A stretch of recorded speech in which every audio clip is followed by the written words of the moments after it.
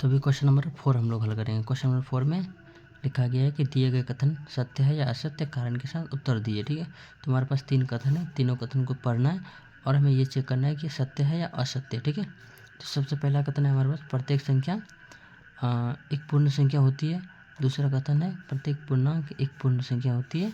और तीसरा कथन है प्रत्येक परिमेय संख्या एक पूर्ण संख्या होती है। ठीक है, तो सबसे पहले हम लोग ये जानेंगे कि प्राकृत संख्या क्या होता है। प्राकृत संख्या, तो प्राकृतिक संख्या क्या होता है, जिससे हम लोग 1 से शुरू करते हैं। 1 2 3 4 5 6 7 इतना इन्फिनिटी तक। ठीक है, तो ये सारे हैं हमारे पास प्राकृतिक संख्या। उसके बाद एक होता है पूर्ण संख्या। पूर्ण संख्या ये क्या होता है, ये 0 से शुरू होता है। 1 2 3 4 5 और ये अंत तक जाता है। ठीक है, उसके बाद एक होता है हमारे पास पूर्णांक। पूर्णांक क्या होता है, जो माइनस भी होता है, जैसे कि -3 -2 -1 0 1 2 3 4, ये माइनस भी होता है और प्लस भी होता है। ठीक है, और परिमेय संख्या जिसके बारे में हम लोग जानते हैं, परिमेय संख्या जिसके बारे में हम लोग जानते हैं, जिसे हम लोग पी बाय क्यू के रूप में लिख सकते हैं। ठीक है, लिख सकते हैं, लेकिन क्यू नॉट इक्वल टू 0 होना चाहिए। ठीक है, तो ये हमारे पास हो गया परिमेय संख्या। अब पहला कथन देखते हैं। पहला कथन में लिखा है प्रत्येक संख्या एक पूर्ण संख्या होता है, यानी प्राकृतिक संख्या एक पूर्ण संख्या होता है। तो प्राकृतिक संख्या एक पूर्ण संख्या होता है, इसका उत्तर हो गया, इसका उत्तर होगा सत्य। ऐसा इसलिए क्योंकि प्राकृतिक संख्या पूर्ण संख्या में शामिल होता है। ठीक है, यानी आपको प्राकृतिक संख्या के सारे डिजिट और पूर्ण संख्या के सारे डिजिट एक जैसे मिलेंगे। सिर्फ अंतर इतना होगा कि पूर्ण संख्या 0 से शुरू होता है और प्राकृतिक संख्या 1 से शुरू होता है। ठीक है, तो ये कथन होगा हमारे पास सत्य। इसका कारण यह है क्योंकि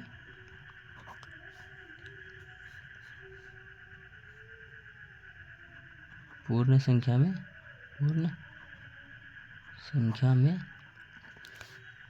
प्राकृत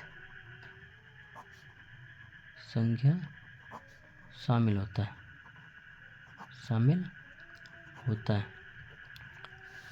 जैसे कि अगर एक प्राकृत संख्या है तो ये पूर्ण संख्या भी होगा। ठीक है, पूर्ण संख्या भी होगा। अब दूसरा कथन की ओर चलते हैं। दूसरा कथन में लिखा है प्रत्येक पूर्णांक एक पूर्ण संख्या होती है। ठीक है, यानी दूसरा कथन, तो प्रत्येक पूर्णांक हमारे पास क्या है, नेगेटिव, और पूर्ण संख्या सारे पॉजिटिव, यानी 0 से शुरू करके अनंत तक जाता है। ठीक है, लेकिन पूर्णांक क्या है हमारे पास -3 भी होता है और 3 भी होता है। तो ये कथन हो जाएगा असत्य। ठीक है, इसका कारण ये होगा कि पूर्णांक ऋणात्मक होता है। ठीक है, ऋणात्मक होता है, लेकिन पूर्ण संख्या ऋणात्मक नहीं होता है। ठीक है, जैसे कि -3 एक पूर्णांक हो सकता है, लेकिन यह पूर्ण संख्या नहीं होगा। ठीक है, अब उसी तरह से कथन 3 में लिखा है प्रत्येक परिमेय संख्या एक पूर्ण संख्या होती है। तो सबसे पहले परिमेय संख्या क्या होता है, जिसे हम लोग पी बाय क्यू के रूप में लिख सकते हैं।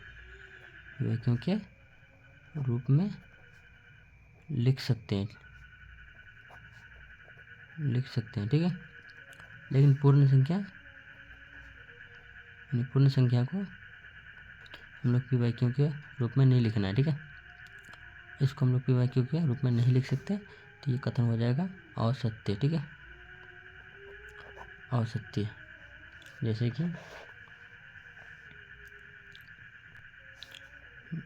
1/2 1 परिमेय संख्या है, परिमेय संख्या है, लेकिन ये पूर्ण संख्या नहीं है। ठीक है, पूर्ण संख्या नहीं है, इसलिए कि इसे हम लोग पूर्ण संख्या को भिन्न में नहीं लिख सकते, यानी भिन्न के रूप में नहीं लिख सकते।